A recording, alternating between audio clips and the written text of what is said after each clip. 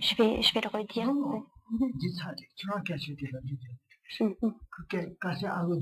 Tu t'as changé de côté, ta cassette, je peux parler là? Je peux le répéter.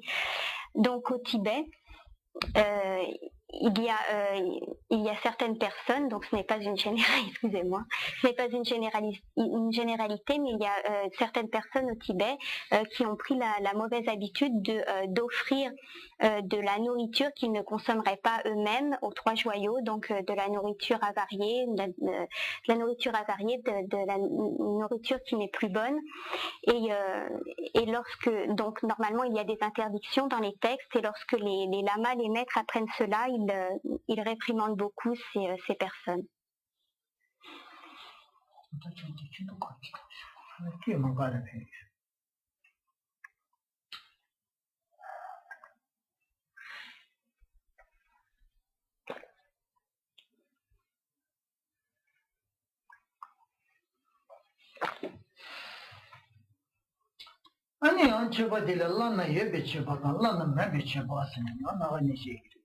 Il y a également une distinction qui est faite entre les offrandes qui sont dites surpassables et les offrandes qui sont dites insurpassables.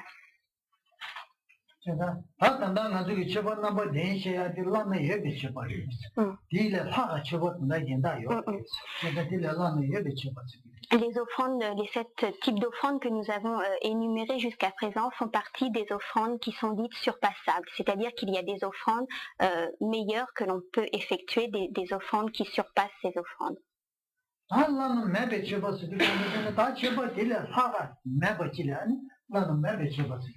Ce qu'on appelle les offrandes insurpassables, ce sont des offrandes donc littéralement qui n'ont pas de supérieur. On ne peut pas trouver d'offrande qui leur soit supérieure.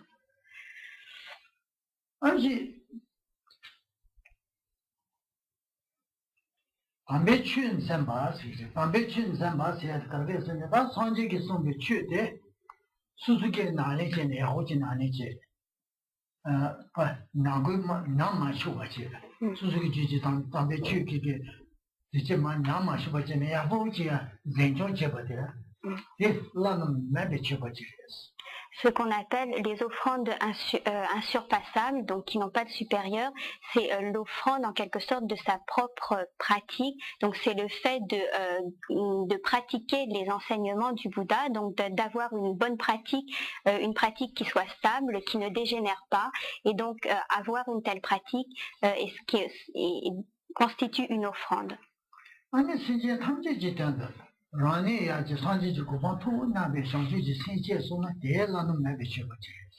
Et donc également le fait de générer une excellente motivation, d'obtenir l'état de Bouddha pour le bien de tous les êtres, générer cette motivation des bodhisattvas est ce qu'on appelle également une offrande insurpassable.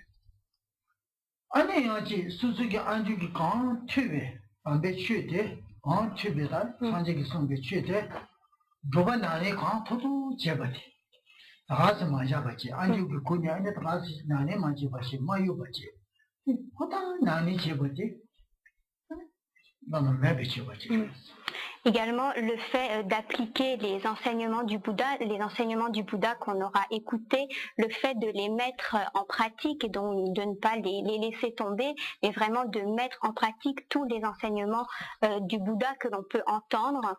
Le fait de pratiquer ainsi constitue également une offrande insurpassable.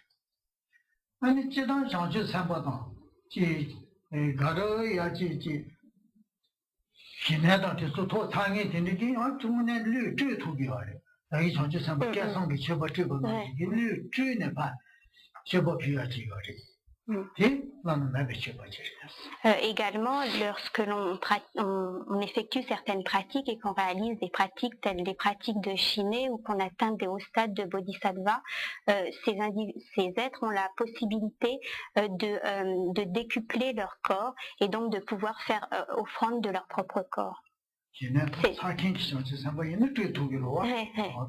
Donc les bodhisattvas qui sont arrivés à ces stades peuvent décupler leur corps et donc en faire l'offrande, et on appelle cela également une offrande insurpassable.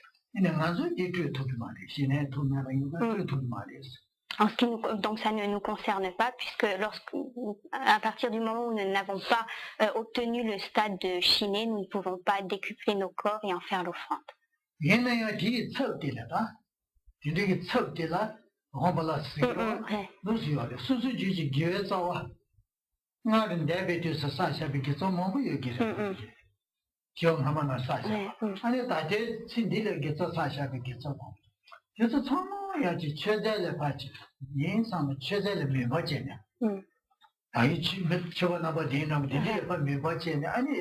Mais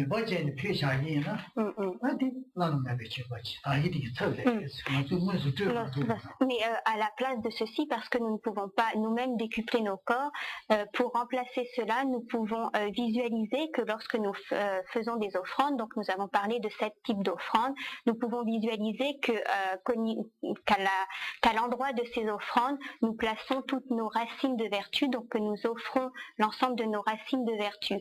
Les racines de vertu, nous en possédons un certain nombre que nous avons accumulés au cours de nos nombreuses vies antérieures, et dans cette vie également, nous accumulons un certain nombre de racines de vertu qui peuvent donc faire l'objet d'offrandes.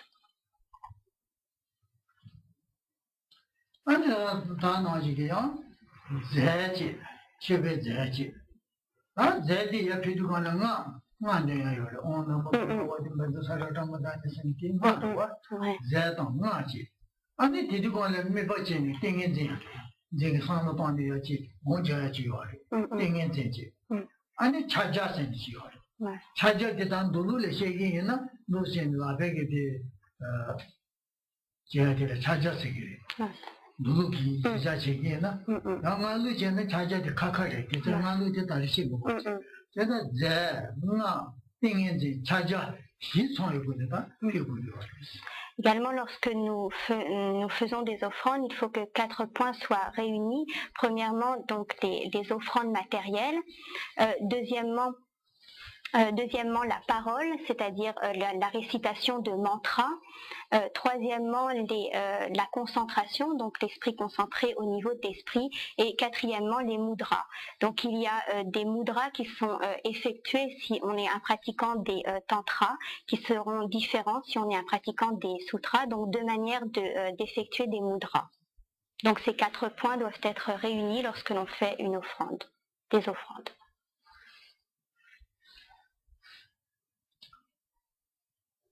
Donc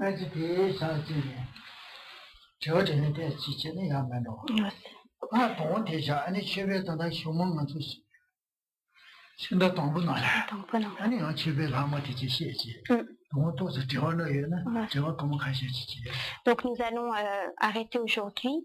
Nous poursuivrons au mois de janvier sur le même thème des offrandes.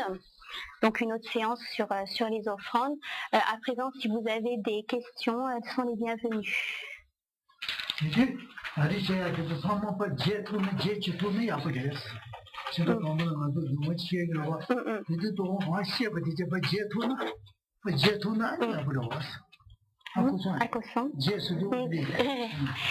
Rinpoche plaisante, je précise. Donc il dit comme la prochaine fois. Ça, c'est pas la peine de blanchir.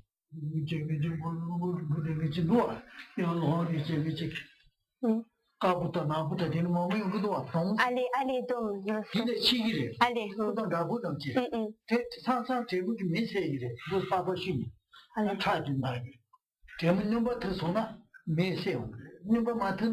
Allez.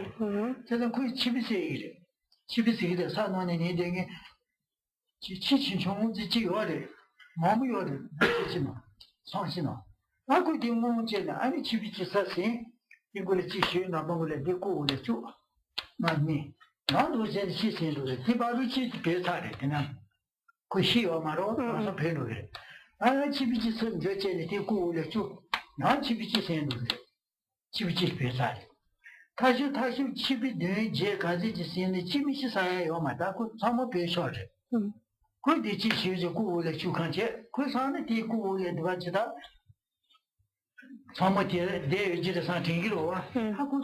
Cette position m'a semblé, ça me semblait d'accord, j'ai pas bien compris. Ah, pourtant. C'est question, avez-vous? J'ai pas bien compris. Tout à l'heure, on parlait de nectar à propos de l'eau qui est offerte. Oui. Oui. Alors, c'est une question simple, je sais pas, la typique de comment on sait que c'est au regard d'un Bouddha ou d'un Bodhisattva, cette eau est considérée comme un nectar. Natsu kasayun shapulna sangye chamshub sampasu ki dutsi kasa sigere anek di kondes agogire kasa de sangye tong chamshub sampe ki tong sul natsu kondes agogire. 하고 말해. 내 피처는 시에부터 시에요. 산지 상지 상바도 그런 피처는 시에샤요. Donc Rinpoche dit, il ne peut pas le dire lui avec assurance, donc lui il ne sait pas personnellement, mais simplement c'est écrit dans les textes que les Bouddhas et les Bodhisattvas ont la perception de l'eau comme du nectar. Et donc Rinpoche a foi dans les écrits bouddhistes. Donc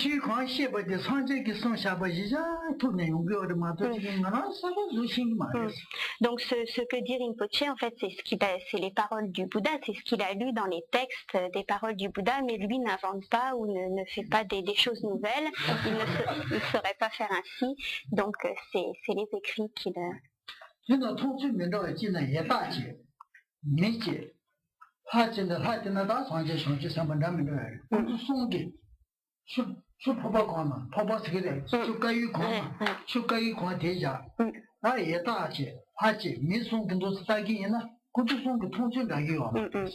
Par exemple, si on considère un verre d'eau, les dieux, les hommes, une tasse d'eau, si on considère les dieux, si on considère les hommes et si on considère ce qu'on appelle les esprits affamés, ces trois catégories de si on considère ces trois types d'êtres, ils n'auront pas la même vision de la tasse d'eau. Ils n'appréhenderont pas l'eau de la même façon. En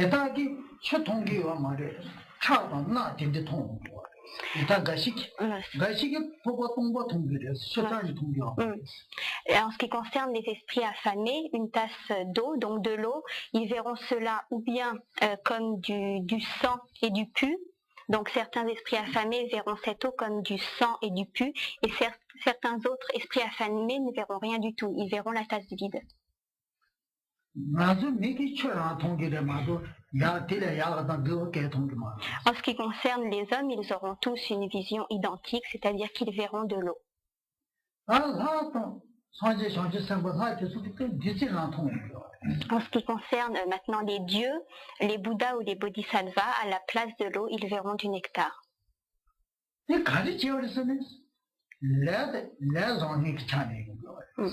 ceci à cause du karma plus ou moins favorable, plus ou moins positif que ces êtres ont accumulé.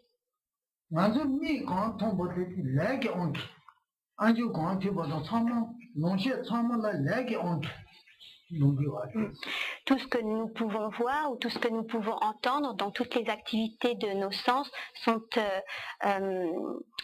dépendantes de notre karma.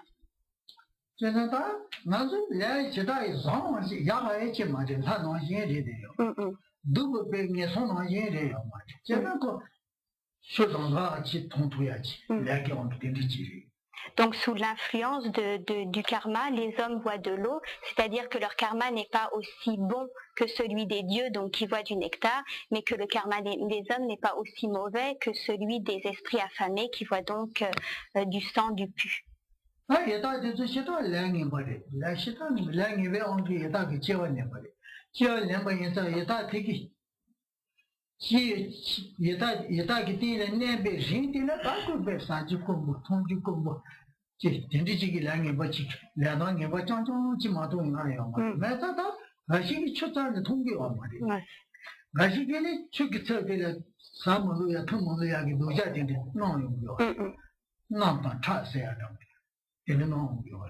C'est sous la force, sous l'influence d'un karma très négatif que l'on reprend naissance en tant qu'esprit affamé. Et donc les esprits affamés, lorsqu'ils voient, enfin à la place de l'eau, vont voir, donc certains vont voir du sang ou du pu, et certains autres qui auront un karma encore plus négatif verront carrément une tasse vide. Parce qu'en fait, sous l'influence de leur karma négatif, ils ont beaucoup de mal à obtenir de la nourriture. Donc pour eux, trouver de la nourriture est un fait très rare. Trouver de la boisson est quelque chose de très rare également. Et sous l'influence de leur karma négatif, leur vision même des choses est modifiée. Donc ils ne voient pas de l'eau, ils voient des...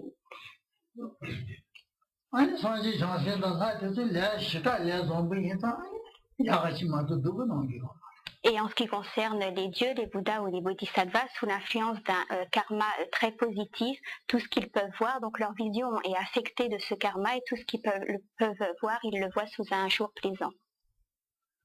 Une question pour les dire qui sont sur des plantes différentes, ou alors à ce moment-là, est-ce qu'il y a des êtres affamés qu'on peut croiser des fois, parce que j'ai un peu de mal à saisir comment il est possible de voir un objet totalement différemment. Est-ce dire qu'ils sont dans un monde totalement à part, ou est-ce que on peut en croiser c'est pour ça que j'essaie de comprendre, parce que ça me paraît assez extraordinaire. Yida la ane yida mi ane la kotsu zambu kaisa sacha desa kakarepe yang menangatsuk dana yida tu.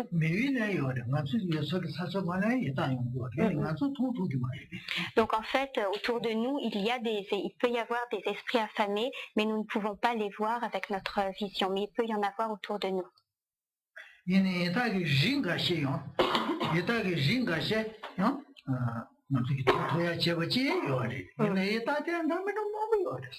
en fait, il y a plusieurs catégories d'esprits affamés. Il y a toute une hiérarchie d'esprits affamés, plusieurs sortes.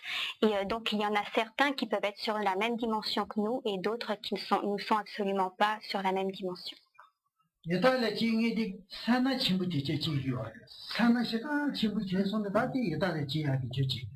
C'est sous l'influence, la cause principale de la renaissance en tant qu'esprit affamé et une très forte avarice.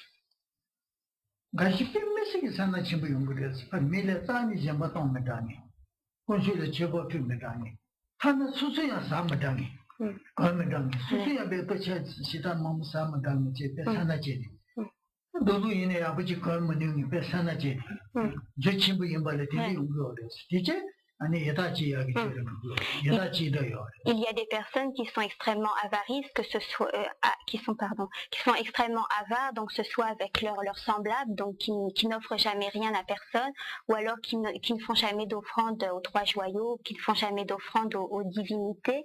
Il y a des personnes qui sont tellement avares qu'elles vont se négliger. Donc qui n'offrent pas donc à leurs semblables, qui n'offrent pas aux personnes pauvres, aux personnes indigentes, qui n'offrent pas aux divinités. Il y a des personnes qui sont tellement avares qu'elles se négligent elles-mêmes, c'est-à-dire que bien qu'elles aient de grandes richesses, elles vont faire attention à ce qu'elles mangent, elles vont faire attention à porter des vêtements qui ne soient pas trop coûteux, ou ne jamais s'acheter de vêtements, etc. Et tout ça par avarice. Donc des personnes qui ont une très forte avarice de la sorte ont beaucoup de chances de renaître en tant qu'esprit affamé.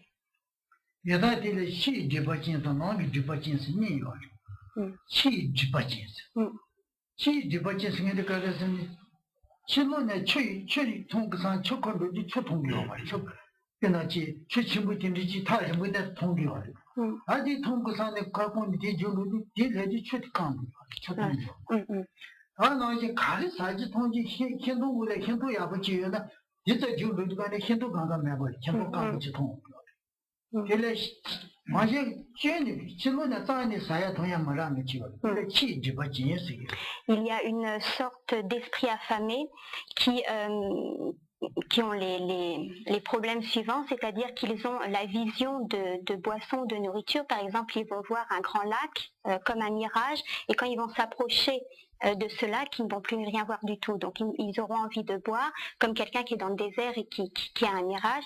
Et lorsqu'ils s'approcheront de cette eau, cette eau aura disparu. Également, ils vont avoir la vision d'un fruit, par exemple, et au moment où ils vont vouloir saisir ce fruit va disparaître. Donc il y a un type d'esprit affamé qui rencontre ce genre de circonstances.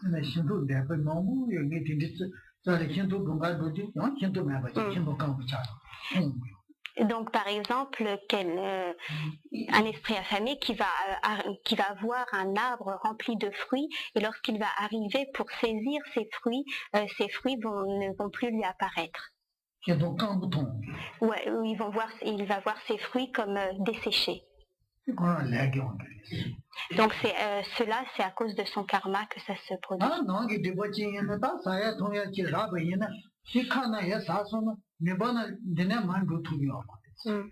Et il y a une autre sorte d'esprit affamé qui vont obtenir la nourriture, c'est-à-dire qu'ils vont pouvoir se procurer de la nourriture, mais au moment où ils vont l'absorber, cette nourriture va se volatiliser ou va se mettre à flamber au niveau de leur gorge, c'est-à-dire qu'elle va partir en éclats, qu'elle va se volatiliser, donc ils ne pourront pas véritablement l'absorber.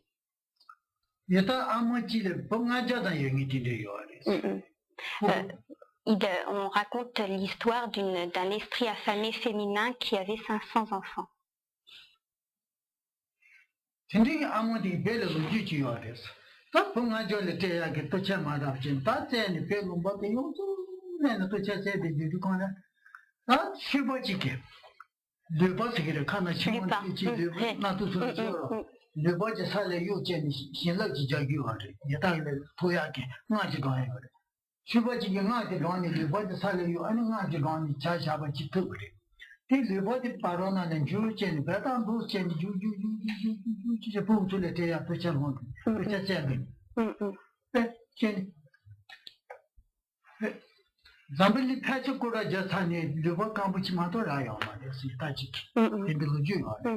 Et donc il y a une histoire de cet esprit affamé féminin qui avait 500 enfants et qui avait parcouru le monde pour trouver de la nourriture et qui n'avait en fait trouvé que de la salive qui avait été recouverte de poussière et qui avait collecté cette salive et qui n'avait rien pu obtenir d'autre comme mets, enfin comme nourriture pour offrir à ses enfants.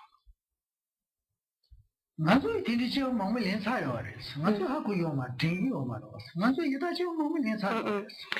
fait, nous-mêmes avons plusieurs fois repris naissance en tant qu'esprit affamé, même si nous ne le savons pas. Nous avons pris beaucoup de renaissance en tant qu'esprit affamé.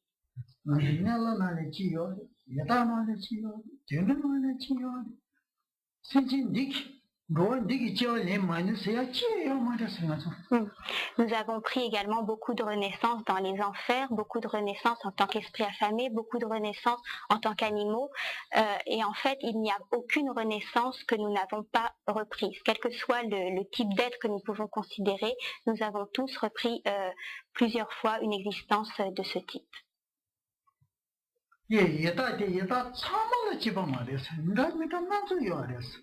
Donc en ce qui concerne les esprits affamés, il y a vraiment plusieurs catégories, il y a vraiment plusieurs sortes d'esprits affamés.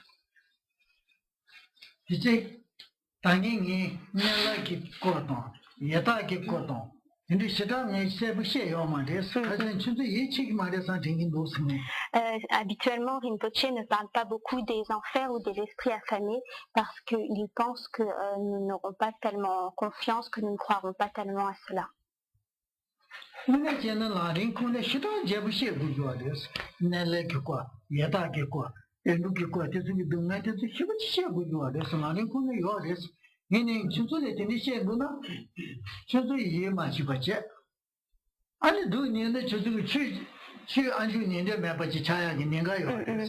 En fait, dans les enseignements du Lamrim, normalement, il est demandé à ce qu'il y ait un enseignement précis sur les souffrances des enfers, sur les souffrances des esprits affamés. Il y a des explications très exhaustives sur ces sujets.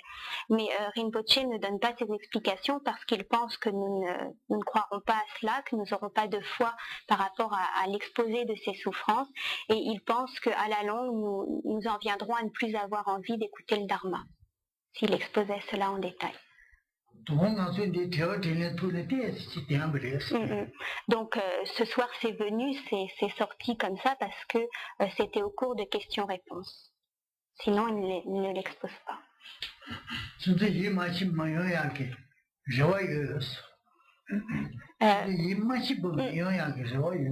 Et donc Rinpoche espère que vous n'aurez pas de foi en cela. Je plaisante.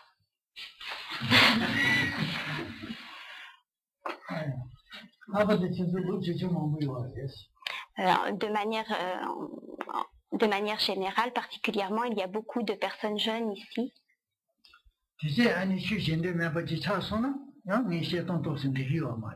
Et si après l'exposé de Rinpoche, il arrive que vous n'ayez plus envie d'entendre le Dharma parce qu'il a parlé de ça, alors il aura fait une erreur dans ce qu'il a exposé.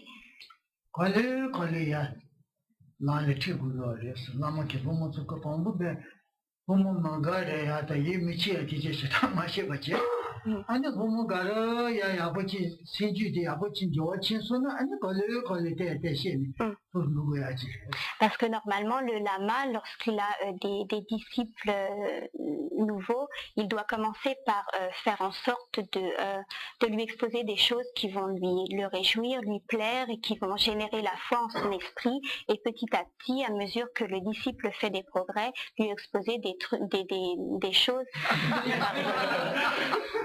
lui exposer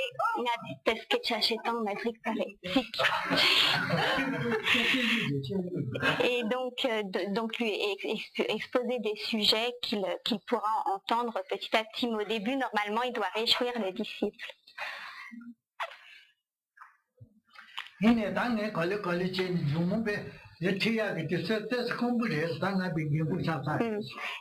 Rinpoche est assez âgé, donc maintenant il est un peu vieux, donc il dit qu'il n'aura peut-être pas le temps de mener petit à petit donc ses disciples vers ces sujets.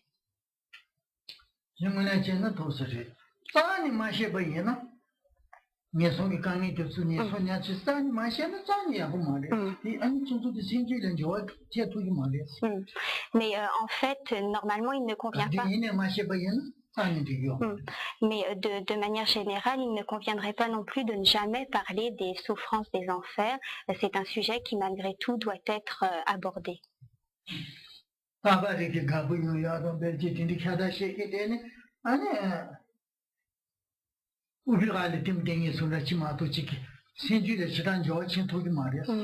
Parce qu'en fait, si le lama se contente toujours de donner des enseignements qui réjouissent le disciple, qui le rendent content, cela ne convient pas. Ce serait un petit peu comme un spectacle, et en fait, cela ne conviendrait pas parce que ça n'amènerait pas un réel changement, ça n'amènerait pas l'esprit du disciple à changer véritablement, à progresser.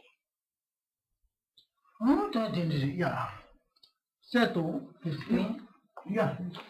vais poser une question par rapport à l'hôtel. Quand on installe l'hôtel, et puis après quand on quitte le lieu pour toute la journée, qu'on ne pratique plus le soir, donc il faut tout débarrasser, tout ranger. Quand on habite dans un lieu qui est précaire, avec le risque que quelqu'un passe, rentrer dans la chambre, dans son extérieur à un pratiquant, monsieur, qui n'est pas prêt.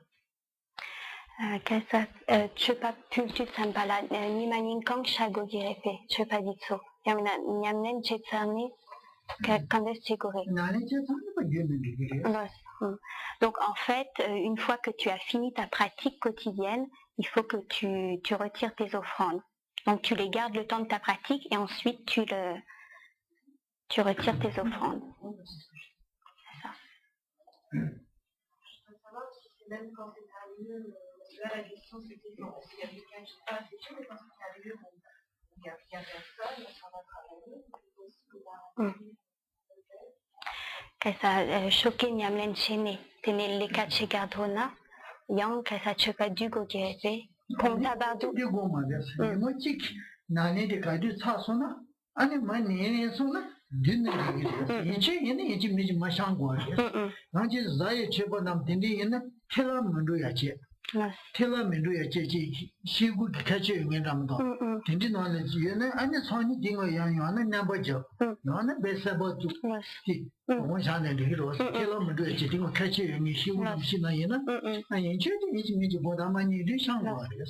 Donc ce n'est pas une obligation, tu peux les maintenir par exemple jusqu'au soir, mais ces offrandes, mais à ce moment-là, s'il s'agit d'offrandes de nourriture, il est possible même que tu les laisses et que le lendemain, tu rajoutes d'autres offrandes de nourriture. Mais entre deux, pour qu'il n'y ait pas de poussière ou de saleté qui rentre dans ces offrandes, de mettre un couvercle, quelque chose en verre ou comme là-bas, il y a un récipient qui a un couvercle, donc ça c'est bien, ça évite à la poussière d'entrer. Mais en ce qui concerne les offrandes d'eau, il est nécessaire le soir de verser l'eau et de ne pas les laisser la nuit. Non. C'est le quand tu commences, c'est pratique.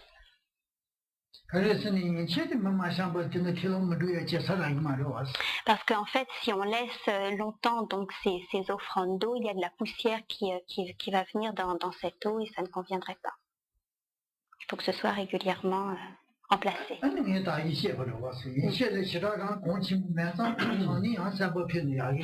Et donc, comme l'a dit tout à l'heure Rinpoche, comme l'eau n'est pas très chère, on peut changer tous les jours.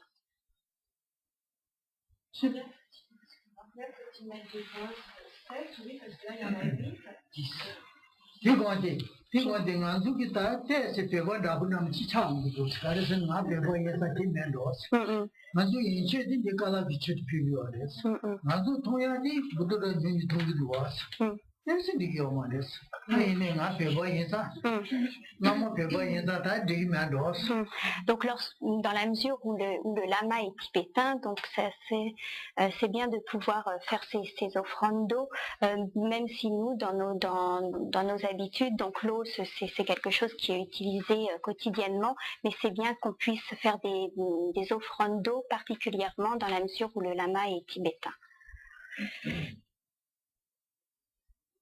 La question, c'est le nombre de bols, c'était 7, 8 ou Kasatin Katsegogire. Kasachuk. Ça dépend. 3, 5, 7,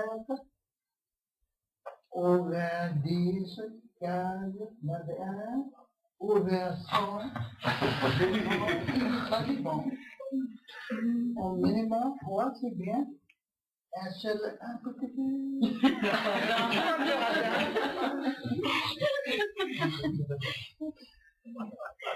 Un petit peu avant. Combien place tableau, combien boîte à secrétaire. Bol, à cause de comme ça dépend. C'est combien de mètres carrés chez vous? 2 mètres carrés? 10 en comptant cette douche. Non, c'est sur la table, combien? Ah, la table. Voilà, comme ça. Oui. Dans la liste des offrandes de façade, le troisième n'était pas très clair, parce qu'à mon souvenir, c'était si tu offres ton étude de l'enseignement, ce que tu as traduit par L'aname pechepa sumpa kareres. Non, mais bien. Je peux tomber de lundi, c'est un peu pas la joie, si tu veux. Quand je dis sincèrement, si tu veux. Allez. Je suis mon frère. Voilà. C'est rien, ça. C'est pas ça, ça.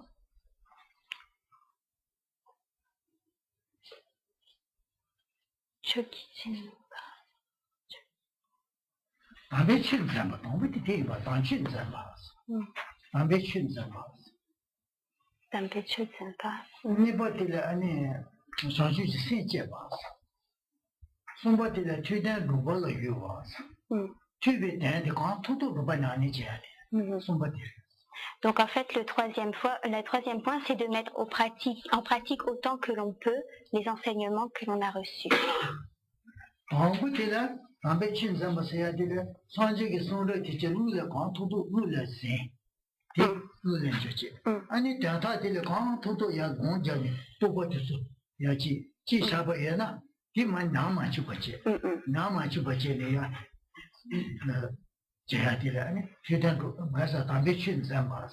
Le premier point précisément, c'est de retenir à l'esprit, donc pour distinguer, de retenir à l'esprit les enseignements et de s'y appliquer, c'est-à-dire méditer ces enseignements et de faire en sorte que ces enseignements donc restent stables, donc avoir une certaine stabilité dans la compréhension de ces enseignements.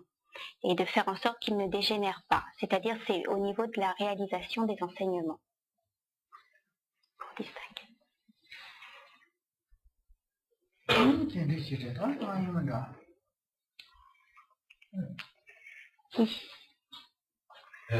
Savoir si, par exemple, ce que Rinpoché dit sur les enfers, les esprits avides, c'est en connexion avec les enseignements sur le yoga du souffle. Même si d'une manière générale, les exposés que l'on a ici, qui sont parfois un peu difficiles à comprendre pour l'esprit occidental, c'est en connexion avec le yoga du souffle, c'est-à-dire qu'au fur et à mesure que, mettons, ce qu'il disait sur la perception des esprits avides, des esprits infernaux, ça a à voir avec l'agrégat de la perception. Au fur et à mesure que l'on progresse dans le yoga du souffle et dans le démantèlement de nos agrégats, on peut comprendre mieux ces enseignements. S'il y a toujours une connexion entre le yoga du souffle d'un côté et les enseignements comme ça. Tu peux m'expliquer un peu mieux, je n'ai pas bien compris. Le yoga du souffle, oui, c'est un rapport. Il y a des étapes qui expliquent qu'il y a des agrégats de la perception, des agrégats de la sensation, d'accord. etc. Et que bon, je ne sais pas commencé vraiment, mais si on commence, mettons, à dissoudre les agrégats, enfin, moi je l'interprète comme ça, c'est-à-dire qu'on comprend que ce qui nous apparaît comme quelque chose de réel, on commence à dissoudre une sensation, à la dissoudre, ça peut expliquer, enfin, c'est en connexion avec l'enseignement, mettons, comme ce soir c'était des esprits infernaux, des esprits avides, leur perception. Est-ce que c'est toujours en connexion avec, il faut toujours avoir à l'esprit les agrégats et la dissolution des agrégats avec ce qu'il enseigne comme ça.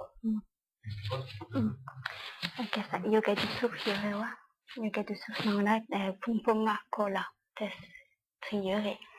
Année, yoga du souffle, nyamlen, mango chena.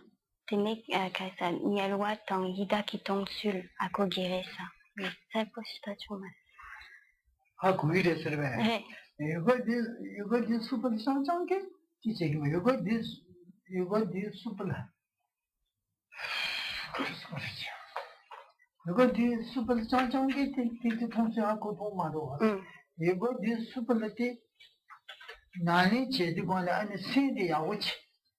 바부티에 통는 돈에 대신 별로 영향이 단타래 마도지 시다 나니 c'est ton caractère maré. En fait, tu surestimes un petit peu la pratique du yoga du souffle. En fait, lorsque l'on pratique le yoga du souffle, on peut arriver à avoir une certaine paix de l'esprit, c'est-à-dire avoir une certaine tranquillité au niveau de l'esprit, mais cela ne permet pas de comprendre les perceptions des esprits, enfin des êtres des enfers ou des esprits affamés. Ce n'est pas lié.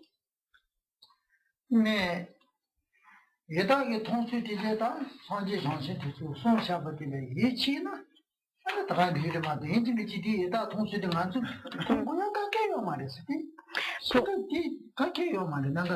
Pour cet enseignement, donc sur les perceptions des esprits affamés, des Bouddhas, des Bodhisattvas, il s'agit de faire naître une certaine foi, mais il n'est pas question de réaliser soi-même les perceptions qu'ils peuvent avoir, donc ce n'est pas un but en soi. 아니 나중에 나는 마사네 야 버저 야야야야 진이야 나도 산제 상생했어. Et si on s'adonne correctement à la pratique, que l'on progresse et que l'on atteint l'état de bodhisattva ou de Bouddha, à ce moment-là, nous aurons effectivement la perception simultanée de ces individus. Nous pourrons comprendre les perceptions qu'ils peuvent avoir.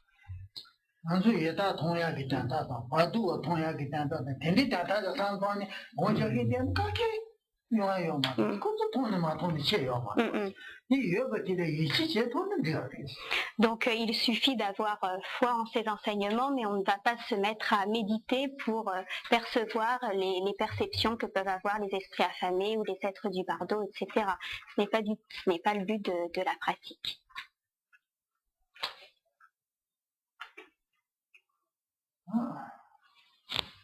D'accord, maintenant, on continue.